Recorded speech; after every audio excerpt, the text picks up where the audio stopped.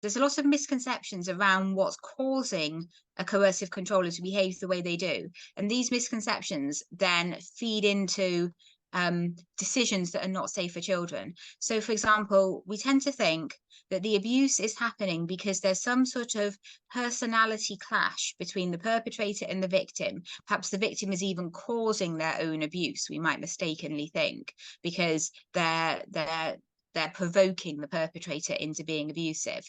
And we tend to think that once the couple has split up, that will bring the abuse to an end. But these are total misunderstandings, because what's causing the abuse is something that is within the perpetrator. It was within the perpetrator before they met their current partner. They may well have abused earlier partners, and they'll probably go on to abuse more partners when this relationship's over.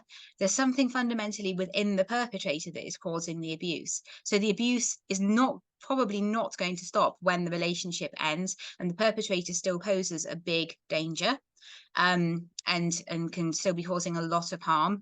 And the thing that's within the perpetrator, in my opinion, that is causing this is they have an extremely overinflated sense of entitlement to be highly controlling of partners and children, or ex-partners and children. They believe that they have the right to behave in this way. They think they're totally justified in behaving this way.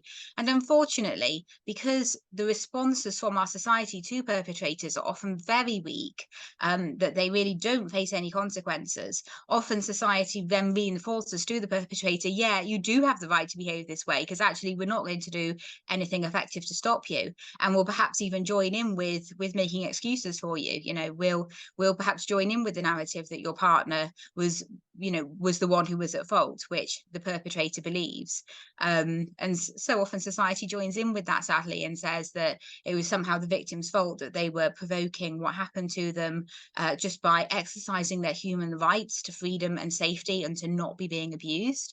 We've had a case here in Australia this week where the media has done what I think happens far too often, which is to focus on he's not a monster, but this isn't the guy I know. And so this is a real and very raw thing for us here, as yet another woman has passed away at the hands of in this case, somebody she was dating. If a terrorist had killed 6 women in 10 days, the response would be very, very different, a lot more serious. But when it's individual men killing women, we say there's no pattern. It's an isolated incident. This doesn't pose a threat to the broader community. But of course, it is a pattern. They've all killed for the same reasons. There's been this build-up of years and years of coercive control before they killed. It was all very predictable if anyone had actually been paying attention. And there are thousands more women at risk of being the next person that this happens to, that their case will escalate into death, into murder, femicide, filicide. And so the broader community is in danger. A lot of society goes, we didn't see this coming.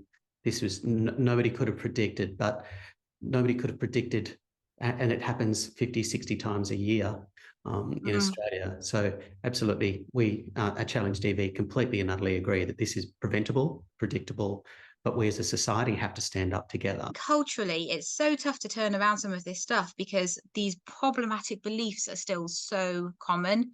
And whenever there's a prominent case of domestic abuse, what we tend to see is a kind of social and cultural response that leans towards sympathizing with the perpetrator, calling the victim a liar, being very suspicious of the victim. The media are still saying that the perpetrators were such nice people and not monsters. Until we start to see things like that really shift, that's the kind of signal that we need, that we're on the right path, that we stop saying what a nice person the perpetrator was when they've killed, and the numbers of people dying start to drop.